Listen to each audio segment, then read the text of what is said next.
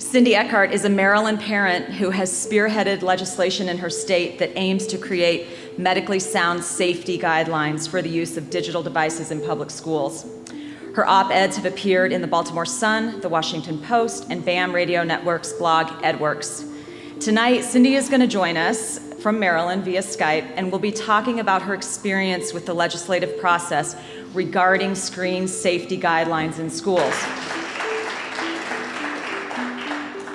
My own involvement started with my parent-teacher conference when I sat down with all the teachers and I learned how much screen time my children were spending at school. My career goes back into the 80s, where even back then we knew the dangers of using digital devices. I insisted, for instance, on a window seat so that I could look long distances and take lots of breaks. So I said, of course, there are guidelines in place for this. And everybody looked at me. And I said, oh, no.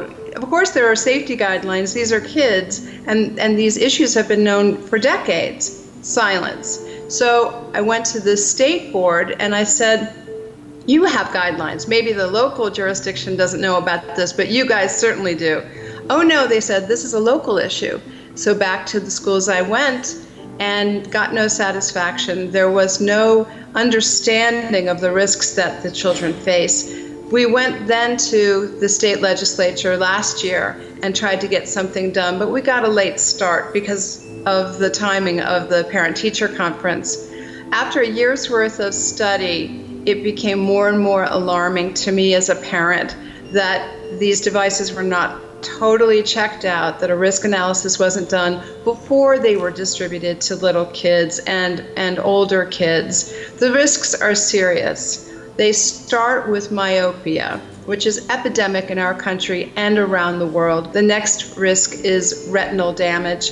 The blue light that's emitted from these screens is extremely dangerous, particularly to children.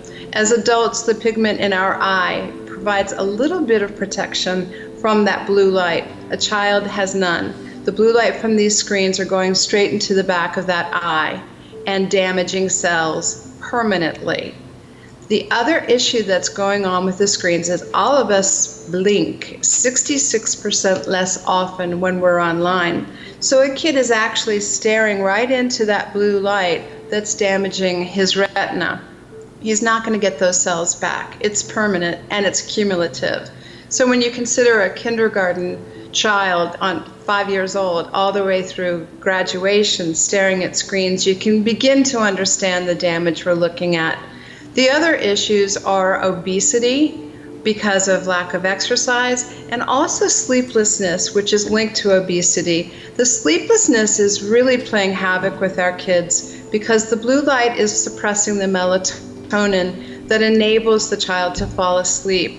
A sleepy child doesn't concentrate, is irritable, has a lot more trouble in school, and also becomes depressed. Kids get hyper, and so the sleeplessness is actually being misdiagnosed as ADHD. There's a whole universe of health issues revolving around these computers. The kids can't put them down, and the schools themselves are adding to that problem. So what do you do as a parent?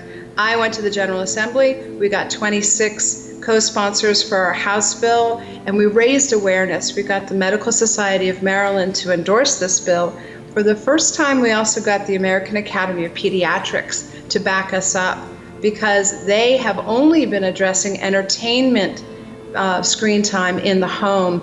This time, the Maryland chapter said, no, we need regulations in our classrooms. So as a parent moving forward, I will be talking with the Department of Health for the state of Maryland.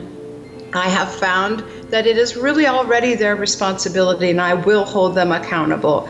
Schools are not doctors, and these are serious health risks. So it's the health department's feet we need to hold to the fire.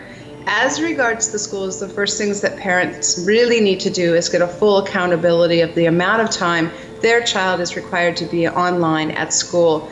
They are very, very hesitant to share that information, and it's key. Once you see how much your child is online and you weigh that against the risks, you too will become an advocate